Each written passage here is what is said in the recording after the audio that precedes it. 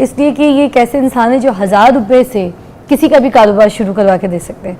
और बल्कि अब इनका यही काम है कि जितने भी जो लोग हैं, अगर उनके पास तालीम नहीं है, तालीम की हमारे पास कौन सी तालीमें होती हैं यहाँ पर पाकिस्तान में, वैसे भी कौन सी तालीम मुफ्त है, इतनी महंगी तालीम है, तो हर कोई तो अपने बच्चों को पढ़ा नहीं पाता।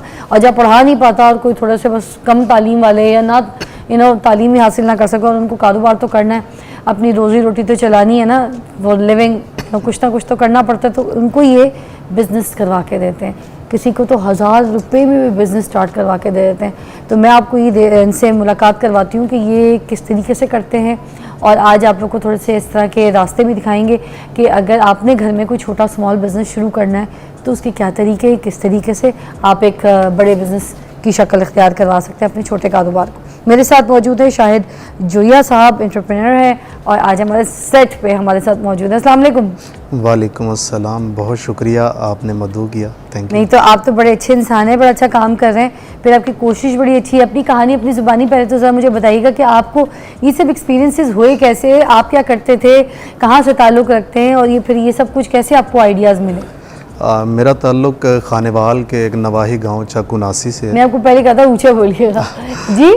मेरा ताल्लुक़ खानेवाल के एक नवाही गांव चकुनासी से है, और वहीं से इब्तदाई तालीम हासिल की, और उसके बाद मेहनत मजदूरी के लिए शहरों में निकल गए। अच्छा। तो झाड़ू देने से अपनी पहली नौकरी का आगाज़ किया मैंने। अच्छा। और आखिरी नौकरी कहाँ झाड़ू देते थे, सड़कों पे, रोड नहीं, पे? एक फैक्ट्री के अंदर, टेक्सटाइल मिल के अंदर।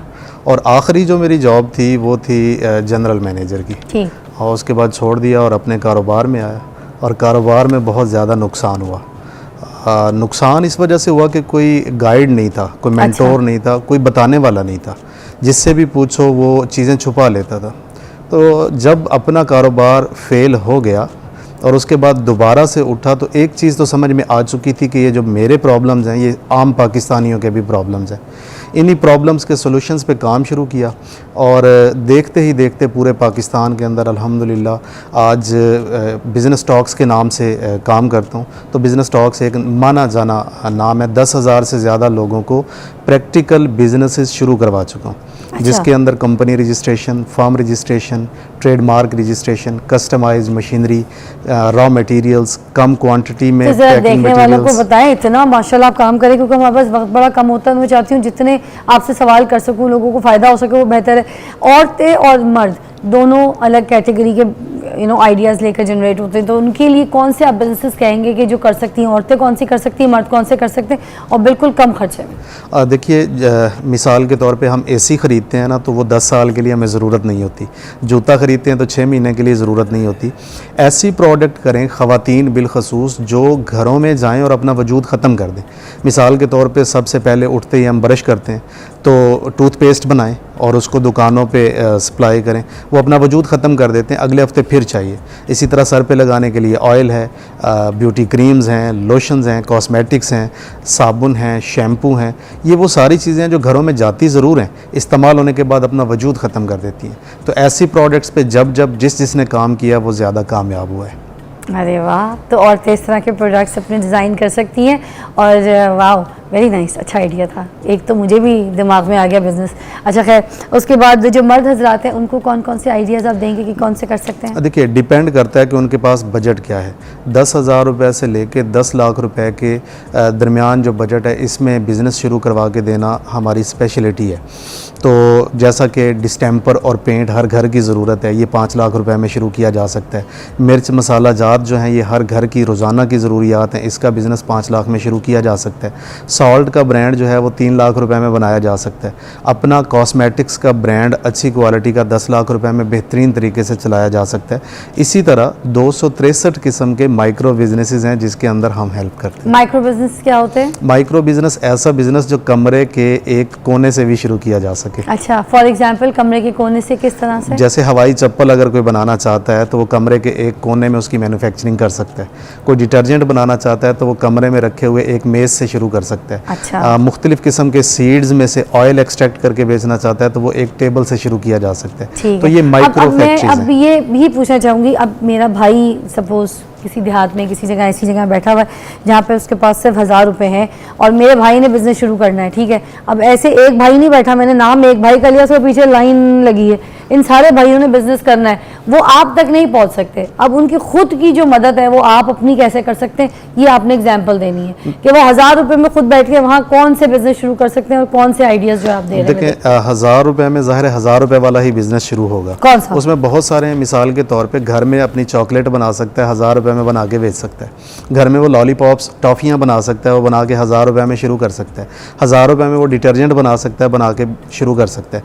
या फिर वो 1000 रुपए में ट्रेडिंग शुरू कर सकता है कि बाजार से 1000 रुपए की चीज़ खरीदी, 1200-1300 रुपए की फ़रोख्त कर दी। अरे वाह, आइडियाज आ रहे हैं। अच्छा, और सही कह रहे हैं, 1000 रुपये में काफ़ी काम हो जाएंगे। और देखें मेरे गांव में एक बच्चा है जिसने 1000 रुपए से कुल्फ़ियाँ बेचना शुरू की। 500 रुपए में उसने चने बेचने शुरू किए, यानी आलू चने उबालने के बाद वो बेचना शुरू किए। और अब उसने एक वो रेडी बनाई है, ठेला बनाया और वो आगे बढ़ रहा है। 1000 रुपए से बहुत सारी चीज़ें, जैसे कि मैंने खुद 1000 रुपए से मुल्तानी सारी मिट्टी बेची। चीज़ें जो ये सब, एक और चीज़, अभी चीज़ें बन गई सपोज, ठीक है, 1000 10,000 जो भी बजट के हिसाब से उन्होंने अपनी पॉकेट के हिसाब से ये बिज़नेस तो शुरू कर लिया।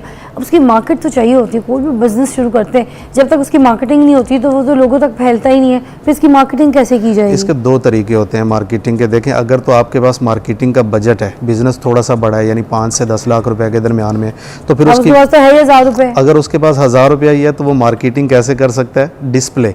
मिसाल के तौर पे उसने चने बेचने हैं तो सर के ऊपर चने की परात रखे और दुकानों पे जाए, घरों पे जाए और जाके बेचे, तो उसका चलता फिरता वो खुद मार्केटिंग कर रहा है। और अगर उसके पास थोड़े से पैसे हैं तो वो पम्फलेट छपवा सकता है, जो कि थोड़े पैसों में पर्चियाँ प्रिंट हो जाती हैं, या फिर फोटोकॉपियर मशीन से कॉपियाँ निकल सकती हैं।